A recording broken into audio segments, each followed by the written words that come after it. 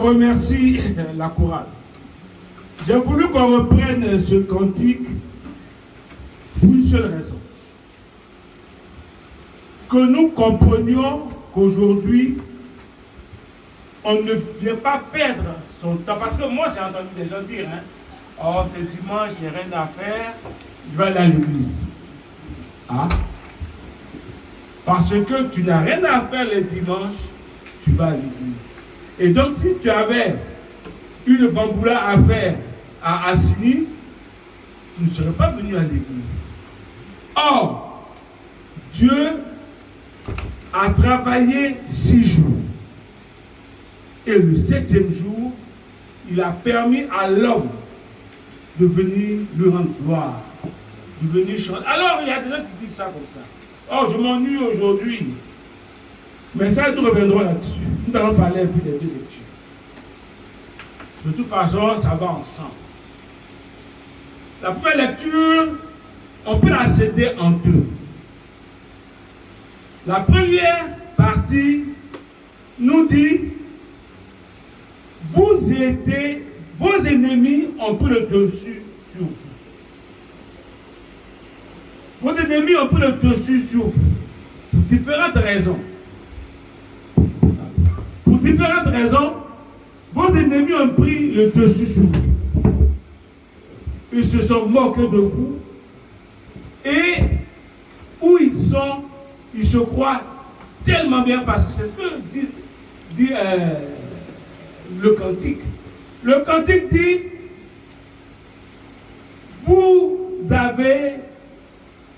c'est le moment de prier Dieu.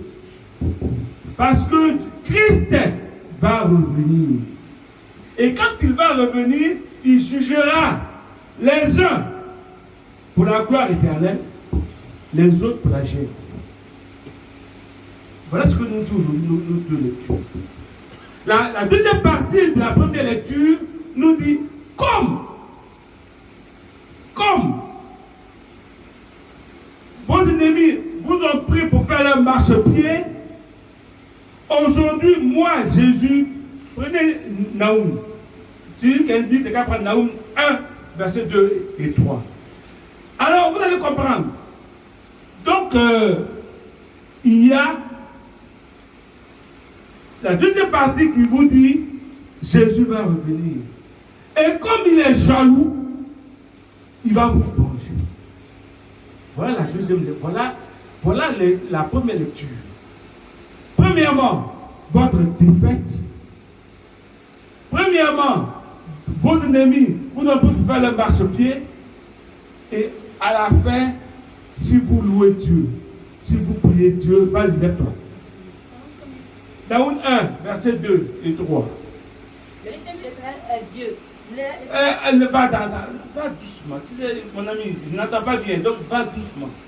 Voilà. L'éternel est un Dieu jaloux. Attention. Parce qu'il est un Dieu jaloux, tu restes debout. Parce que l'éternel est un Dieu jaloux, parce que vos ennemis vous ont pris pour leur marchepied, parce que vos ennemis vous ont battu, et comme l'éternel tient à vous, il est un Dieu. Et puis, il se venge. L'éternel se venge. Reste tranquille, mon gars. L'éternel est un Dieu jaloux, et donc il se venge. Vous avez été battu. Mais Dieu vous demande une seule chose, pas 2. Une. Soyez constant dans la prière avec lui. Amen. Et en ce moment-là, il va se venger. Parce qu'il est un Dieu jaloux. Vas-y. Il est plein de fureur. Il est plein de fureur quand on attaque ses enfants. Alors, reste debout toujours. Ne pensez pas qu'aujourd'hui, parce que l'ennemi vous a eu, que Dieu vous a abandonné. Non! Dieu n'abandonne jamais ses enfants. Ça va durer le temps que ça durera. Mais même si tu dois avoir une vengeance, si tu dois avoir une bénédiction de 2 jours avant ta mort, mais Dieu va te les faire. Et tu vas tellement jouir de ces 2 jours-là que Qu'à tes yeux, ce n'est pas Dieu. À tes yeux, ce ne sera pas Dieu. Reprends la lecture. Parce que je veux bien que vous écoutiez ça. Parce que Dieu, il est jaloux. Et donc, et comme il est jaloux, il est à côté de vous. Il vous venge. Il reste à côté de vous. Il vous donne ce qu'il a à vous donner. Et donc, pendant le temps que vous allez mettre dans la misère, dans la souffrance, il vous demande une seule chose. Soyez constant dans vos prières. Parce qu'il n'est pas loin, il est à côté de vous. Oui. L'Éternel est un Dieu jaloux. Oui. Il se venge. Il se venge. L'Éternel se venge. L'Éternel se venge. Il est plein de fureur. Il est plein de fureur. Parce qu'on a attaqué un de ses enfants. Oui. L'Éternel se venge de ses adversaires. Il se venge de vos adversaires. Il garde rancune à ses ennemis. Il garde rancune à vos ennemis. L'Éternel est lent à la colère. L'Éternel est lent à la colère. Il est grand par sa force. Il est grand par sa force. Il ne laisse pas impuni. Il ne laisse pas impuni. L'Éternel marche dans la tempête. L'Éternel marche dans la tempête. Dans le tourbillon. Dans le tourbillon. Les nuées sont la poussière de ses pieds. Voilà. C'est bon, mon fils. Voilà ce que l'Éternel fait pour vous.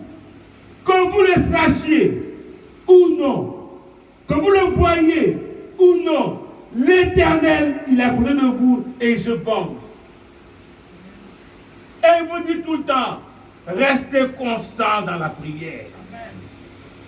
Restez constant dans la prière parce que je suis auprès de vous. Parce que je suis avec vous. Voilà ce que nous dit l'Éternel. Et la deuxième lecture nous dit, Jésus, il rentre dans une synagogue, il prend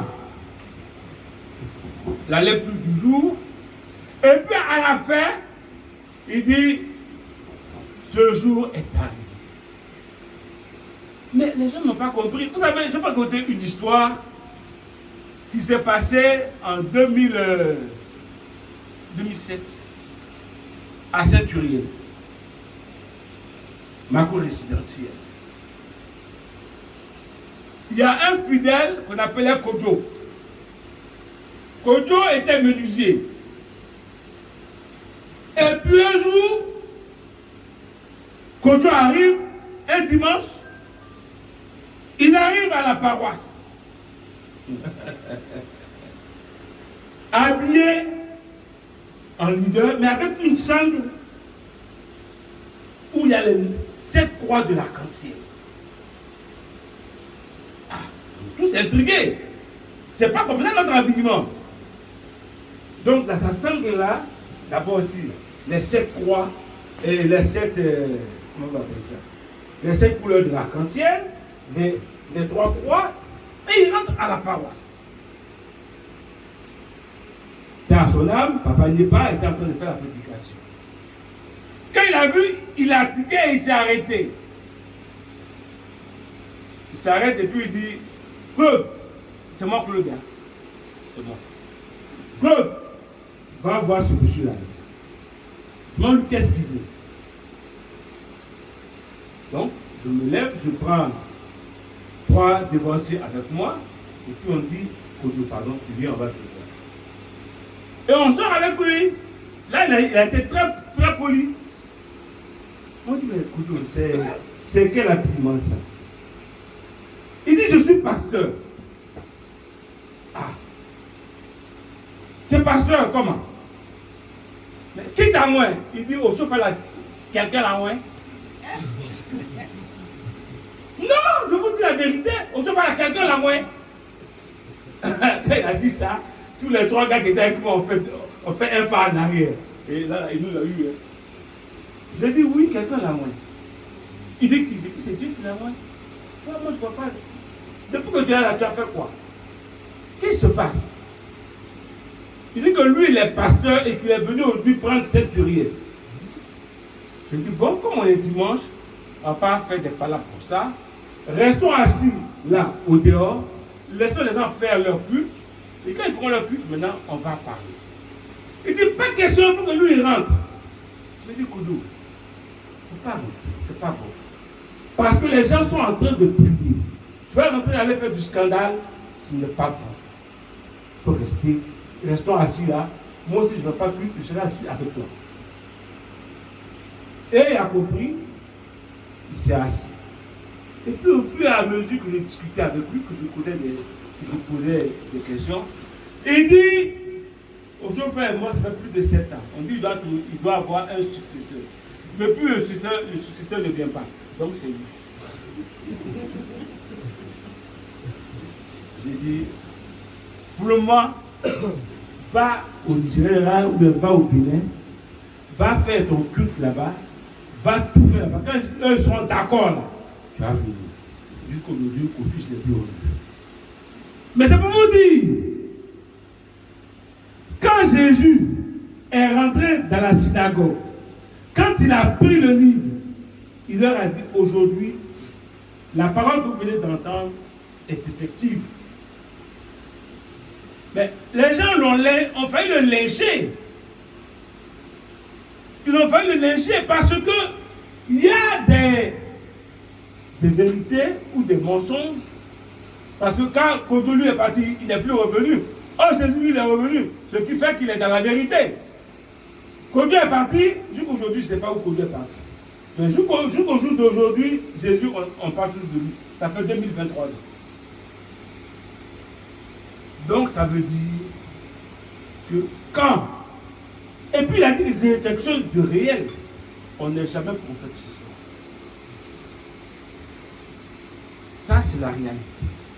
Alors voilà un peu aujourd'hui le but de nos deux lectures. Qu'est-ce que nous devons faire pour être tout le temps avec Dieu, être dans les marches de Dieu, mais être dans les pas de Dieu?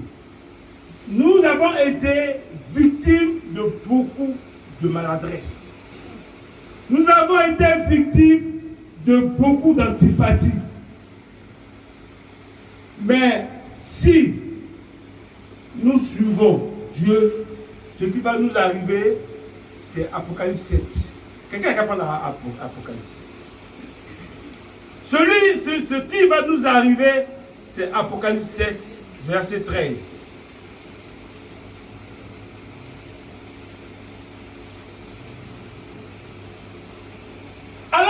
Pour suivre Dieu, il faut être courageux. Là, attends mon ami. Ah bon. Pour suivre Dieu, il faut être courageux. Parce que vous allez avoir plusieurs tentations. Des tentations même qui, au fil des temps, vous allez vous asseoir, comme disait un ami. Oh, mais je suis bête, hein. C'est pourquoi il dit ça. En ces temps, il était seigneur évangéliste. C'était le plus haut grade dans le temps. Donc, étant seigneur évangéliste, il était à la caisse dans une banque. Or, à la banque, il y a un système qu'on prend pour cacher l'argent. Au cas où il y a un hold-up, on peut prendre la caisse, mais ce qui est caché là, on ne voit pas. Donc, on met ça parfois dans les poubelles, on met ça parfois dans les... plein de choses. Et donc, il y a eu un hold-up. Ils sont venus le braquer. Il était le seul caissier. Ils ont pris tout ce qu'il y avait dans la caisse. Et puis après, quand on est venu faire le point, il nous a montré l'argent qu'il y avait dans les poubelles, dans les caches et tout ça. Et après, il me voit, il me dit, mais à savoir, il y a des trucs que je suis bête. Je me dis, ah bon? Je dis, pourquoi tu es bête? Il dit, mais cet argent-là, c'est assuré. Tu peux le prendre. Et puis, elle met ça dans ma poche. Je dis, tu es un chrétien céleste. Hein? Tu es un chrétien, il y a des choses que le chrétien ne fait pas. Tu vas prendre. N'est-ce pas? Rien t'apporter. Rien. Mais effectivement, dans la cache et tout là, il y avait pas de 25 millions. Je lui ai dit, non, tu as bien fait de ne pas prendre. Parce qu'au dernier jour, je t'écoute. Et l'un des vieillards. Oh, au dernier jour, l'un des vieillards, oui. Puis la parole. Prendra la parole devant toi quand tu partiras, quand tu seras assis. Et puis, le grand livre d'or est ouvert. Et puis, on voit révérend à Samoa. Et puis, on dit non, révérend à Samoa, il n'y a qu'à retourner.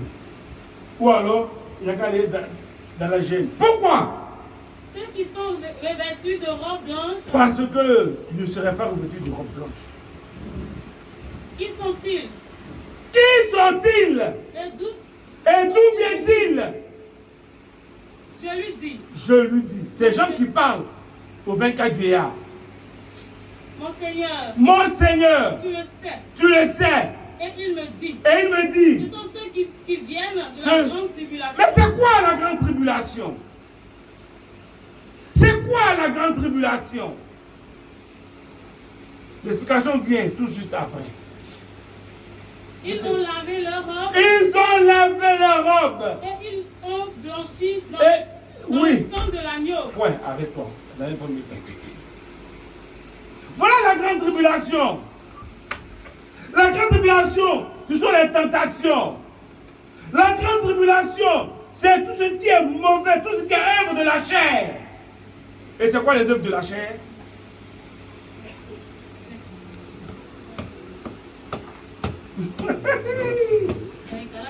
Ah, voilà. T'as vu comment je t'ai eu? Voilà. Et c'est quoi les œuvres de la chair? Galates 6, verset 20.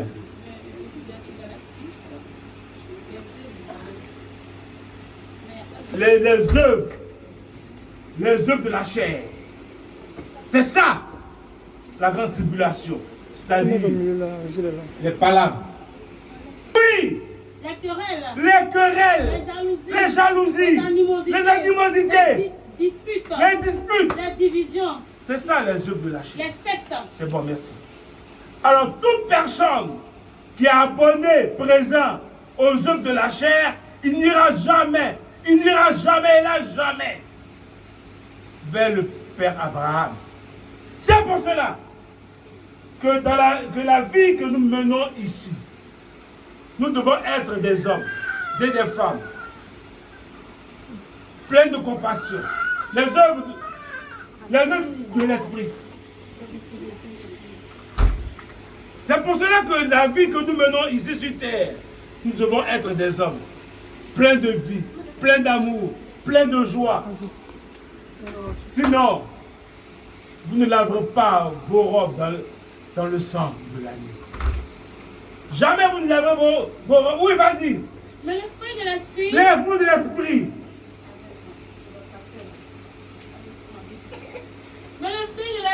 Oui. c'est l'amour, C'est l'amour. la joie, La joie. la paix, La paix. la patience, La patience.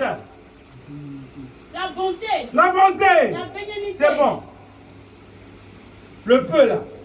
Il faut que vous déjà vous mettez ça dans la tête et que vous le fassiez. Amen. Parce que c'est ça en fait être chrétien.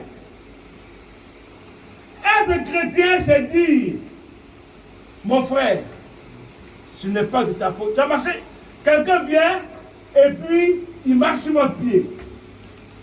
Ah, vous avez mal. Vous faites quoi?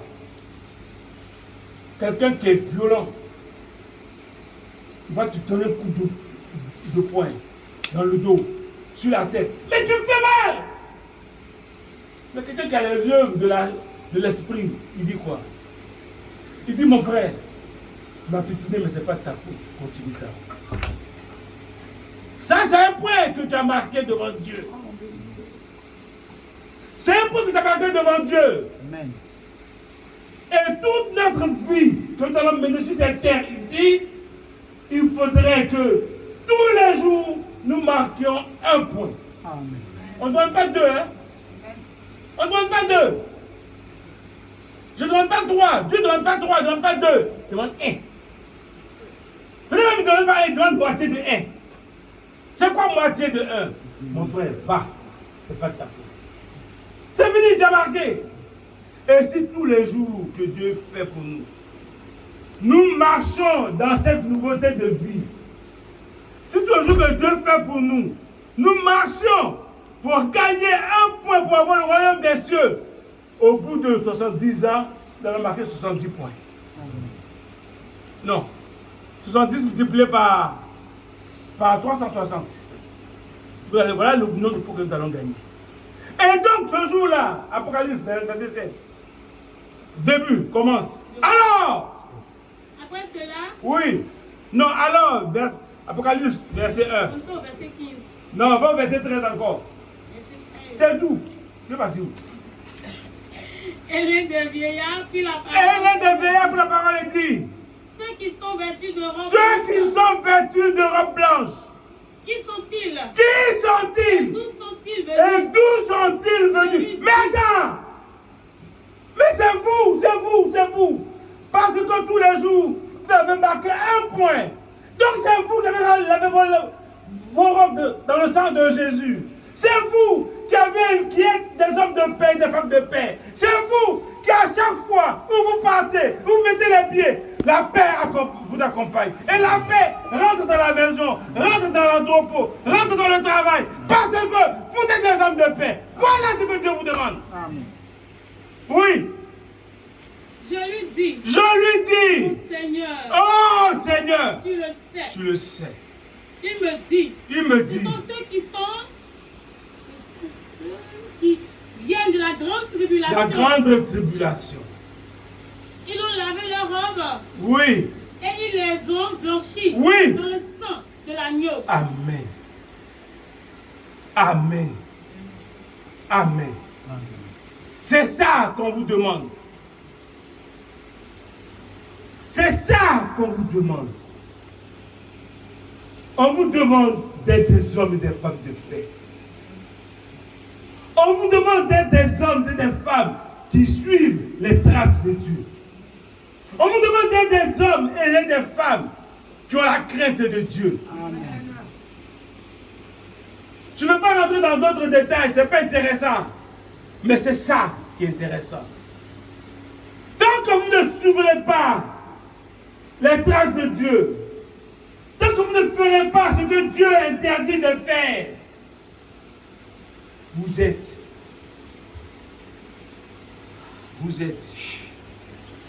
des hommes et des femmes que Dieu a et sera toujours derrière vous, à côté de vous. Dieu combattra toujours pour vous. Parce que le bon combat, tous les jours vous le faites. Et donc Dieu ne peut pas vous abandonner. Jamais il ne vous abandonnera. C'est ça, suivre Dieu. C'est ça quand vos adversaires ont eu une victoire éphémère sur vous, il ne faut pas qu'ils pensent qu'ils ont eu la victoire éternelle. En vérité. La vraie victoire, c'est quand Dieu dira, ça suffit, vous l'avez assez fatigué, maintenant, allons-y. Et il vous prendra sur son dos. Et en ce moment-là, il y a un cantique en baoulé là qui dit quoi? Je suis fatigué, non? Baloulou. Oui, en ce moment-là, vous n'avez plus de force. Vous êtes foutus. Et donc Dieu il dit, viens à mon dos. Hey, lève-toi, tu as chanté. Ah! C'est qu'elle a fait ça. Levez-vous, Candy. Et puis dansez pour prouver que Dieu vous a mis sur son dos.